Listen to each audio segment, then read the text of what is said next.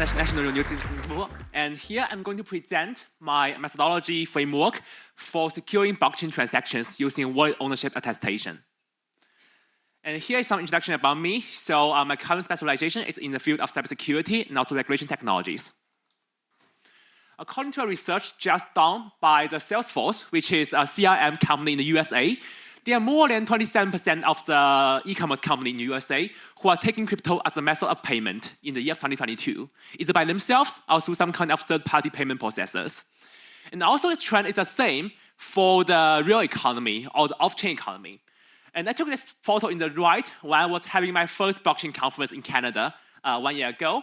And at that time, we can already make payments for the jerk chicken on the street using crypto solely. However, this transaction is now without any risk. For example, often in the news, we can see the occurrence of some kind of insider threat. Those insider malicious actors may try to manipulate the address on their file so they can direct payments from the correct recipient to themselves instead.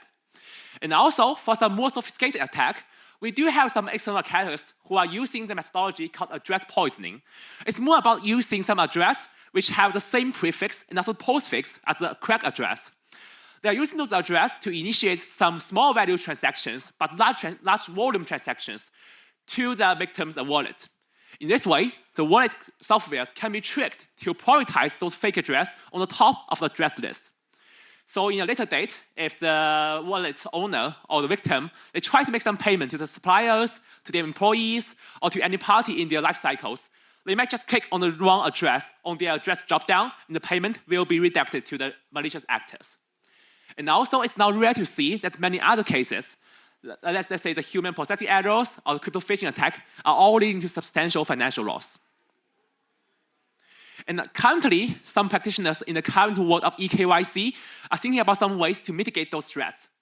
The most traditional and most secure way is called the challenge and response model, or AKA public key identification scheme.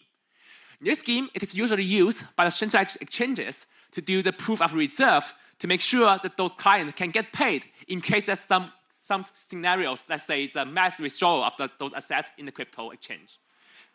However, this methodology comes with some kind of scalabilities and also efficiency issues. Because in the public key identification schemes, there should be one party who are responsible for producing the nonce, which should be random and should be fresh for each verification attempt to make sure that the replay attack will not happen in the verification.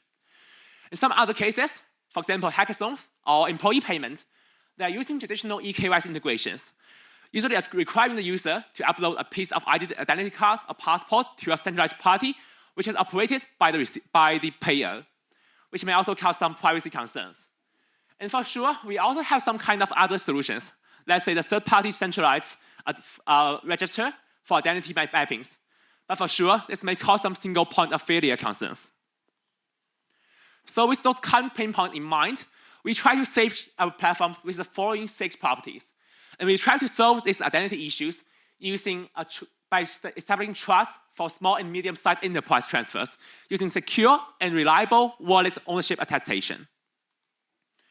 So to consider the needs for both individuals and companies to make those kind of attestations, we made 2 different workflows for individuals and companies who wish to seek for these solutions. So let's talk about the individual solution first. For individual, it's quite similar to traditional eKYC solutions. However, we do introduce the concept of the centralized identity service provider, which is Alibaba Cloud in this step. So in this step, the Alibaba Cloud is mainly responsible for verifying this ID for the anti-forgery check.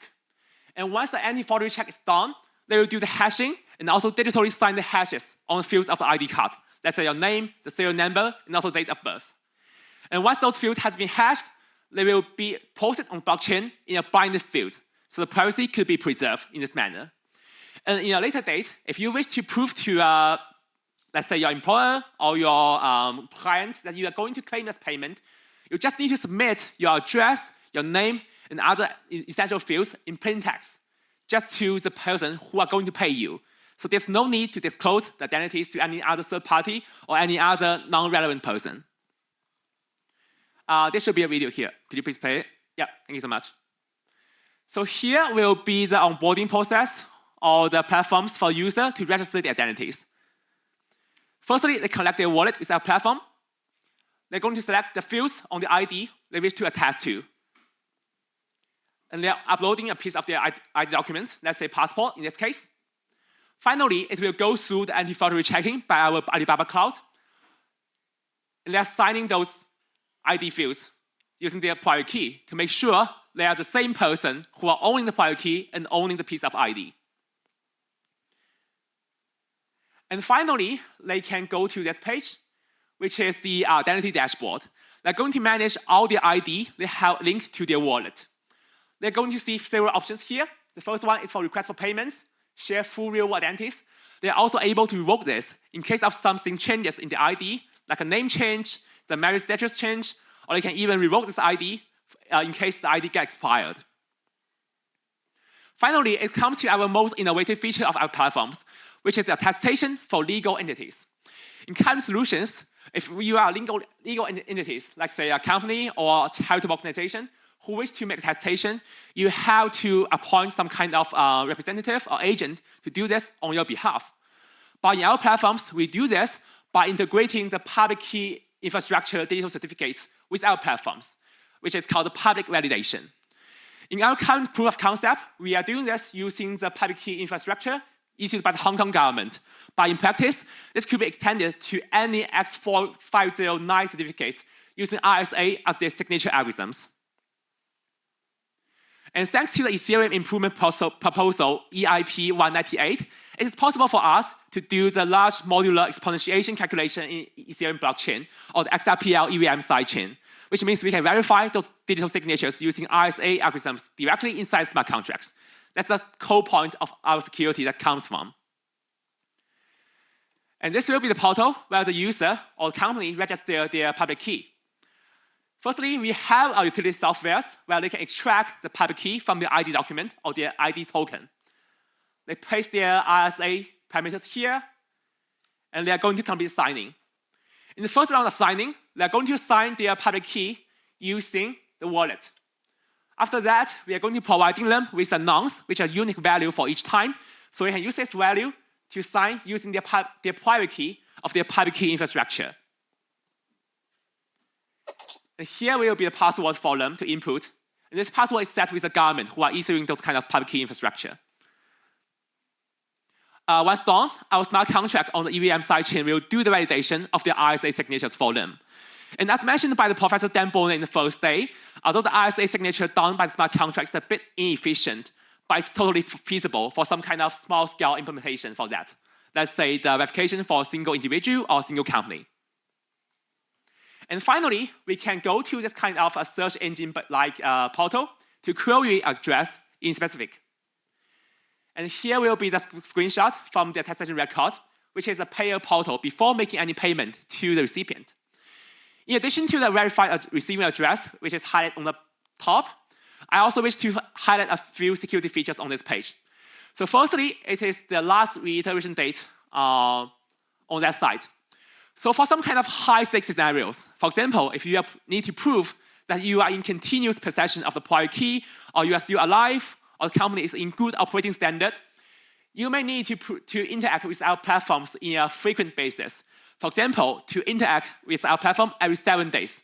In that way, this tick will be highlighted to make sure that that person is still alive, still in possession of the private key, and also the company is in good operating condition. And to maintain a zero-trust architecture, we are also having the self-verification method. So in this link, you can go to the public key infrastructure certifying authority directly, which is the Hong Kong government in this page. And you can use those kind of RSA parameters, let's say the modulus, exponent, and also the public key user ID to verify by yourself. So actually, we are maintaining the zero-trust architecture. You don't have to trust our platforms. It's just a decentralized party for you to make attestation. And finally, it comes to our security features. Like any other decentralized identity protocol or any other eKYC protocol, security and ID assurance is of our top priorities. In addition to the anti-forgery detection done by the Alibaba Cloud, we also have 3 features. The first one is called foolproof mechanisms. For each attestation made by the enterprise or business, they had to go to 2 different pairs of dual signatures to complete the onboarding process, to make sure that no one is going to trick you from signing any message you don't want to sign. And also, we do have an oracle to provide some nonce, which is a random number for each attestation. So those nonce will only valid for 10 minutes. So you have to complete the offline signatures within 10 minutes. Otherwise, it will be expired. This is aimed to prevent the case of replay attack, which means someone just capture your signature previously in the previous round and go to the second round to forge another signature. We don't want that to happen in our platforms. And finally, it is about the attestation revocation. In some cases, let's say your key is lost, it's stolen, or it's no longer recoverable, you can use your public key infrastructure certificate to make another digital signatures using any wallet you have now. And you can go into disassociate the identity linkage between your real-world entities, like say your passport, your token, with your wallet address. In this manner, we can prevent some other person using your stolen key to make claims, to sign message on your behalf, or to receive payments which are considered fraudulent. So you will not be accountable for any actions you are not responsible for using our attestation revocation functions. And finally, not but not least, it is about our other implications. In addition to the fraudulent activities prevention, we also come up with some other implications in the real world. As you have already observed in the field of compliance or regulations, many government agencies, especially for tax agencies, they're going to tax you for any business activities done in crypto. Even if you are not receiving fiat money, you are receiving crypto in the first time. So for those cases, you can just use our platforms to link your legal identities, let's say your passport or your business registration with your wallet. So you can easily produce a statement or some kind of certificate to show how many transactions you have been receiving in the form of crypto in a certain time period for the ease of tax reporting or for the ease of compliance activities. So finally, it's about our future plan. First of all, we have realized that some scenarios, it is not necessary for you to link your wallet with your legal identities. You may also wish to link with other real-world identities, let's say the domain name, trusted contact channels, like your email, phone number. That could be quite important if you are running some kind of decentralized protocols or you're maintaining a DAO, a community like that. And next, we have also observed that some companies, like banks or hospitals, they are maintaining our internal certifying authorities instead of using the government solutions, let's say the Hong Kong Post eCert or any solutions. So in the future, we wish to also support those kind of internal operated CA for those large companies who wish to seek for some ID solutions in-house. Finally, we wish to support batch verification using API. In case you are some kind of companies who are running the online, let's say, casino service or online medical service, you wish to prove that all your clients are above the age of 18. In that case, it could be quite impractical if you are going to use the verification each time using the digital signatures. So in the future, we may consider using API integration so you can verify your clients in batches. And that should be all about my presentation for my reference platforms. And here is a few appendix about my architecture in the back end. And you can reach to me if you are interested in the future. Yeah, thank you so much.